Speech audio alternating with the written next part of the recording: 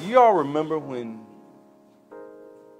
Jesus was speaking to Peter? He was actually speaking to the disciples. And he said, "Who do men say that I am?" And they said, "Oh, some say that you're Elijah incarnate. Some say you're John the Baptist. All these different things. One of the prophets." And Jesus said, "Well, who do you say that I am?" And then Peter spoke up and said, "You're the Christ, the Son of the living God." And Jesus said, "Flesh and blood has not revealed that unto you, but my Father in heaven."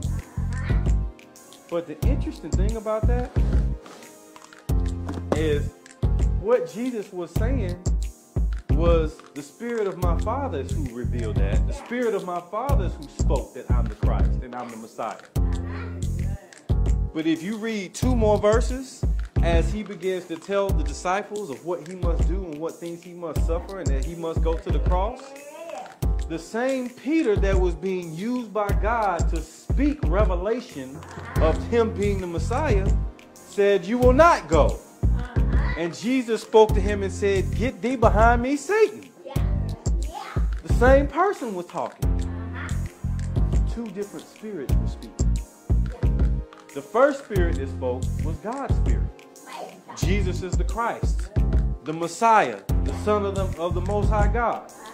But then he spoke again, and it was against the very divine purpose and plan that Jesus came for.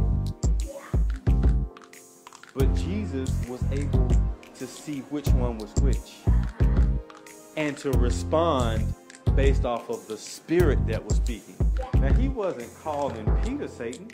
He was speaking to the spirit that was trying to use Peter.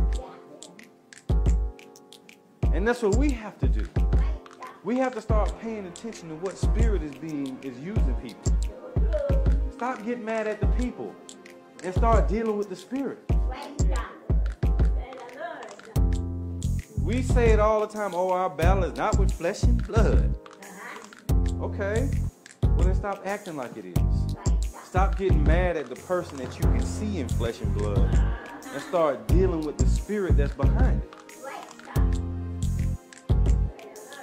Because in all reality, God sees that person the same way he sees you. He told me that the other day. He said, "I want you to really start focusing on seeing everybody like I see you."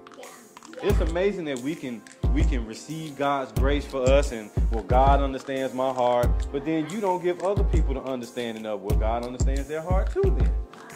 Well, I didn't mean to do that. Well, maybe they didn't mean to do that.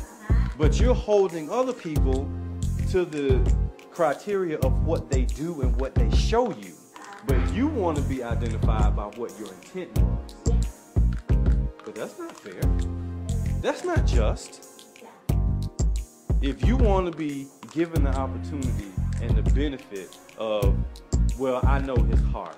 I know he didn't mean to do that. I know she didn't mean to do that. We'll give other people that same benefit.